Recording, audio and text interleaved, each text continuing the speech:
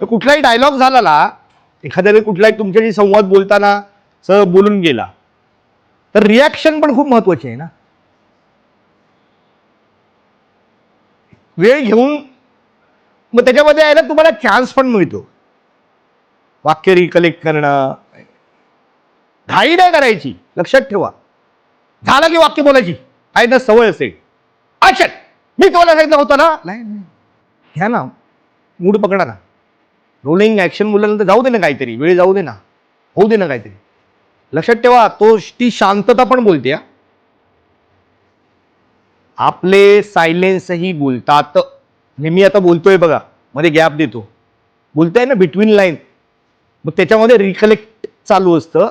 अगन ऑडियन्सला पण आहे ना, त्याला एक वेळ लागतो ना गोष्ट घ्यायला. त्याला अरे वाक्यात बोलतोय आपण, अरे काय, मग ते कॅरेक्टर, ती गोष्ट ती लक्षात नाही राहत. एखादा सिनेमा भावतो, एखादी गोष्ट भावते आपल्याला, तर त्याच्या प्रेझेंट कसं झालंय ना त्यावरती ते डिपेंड असतं.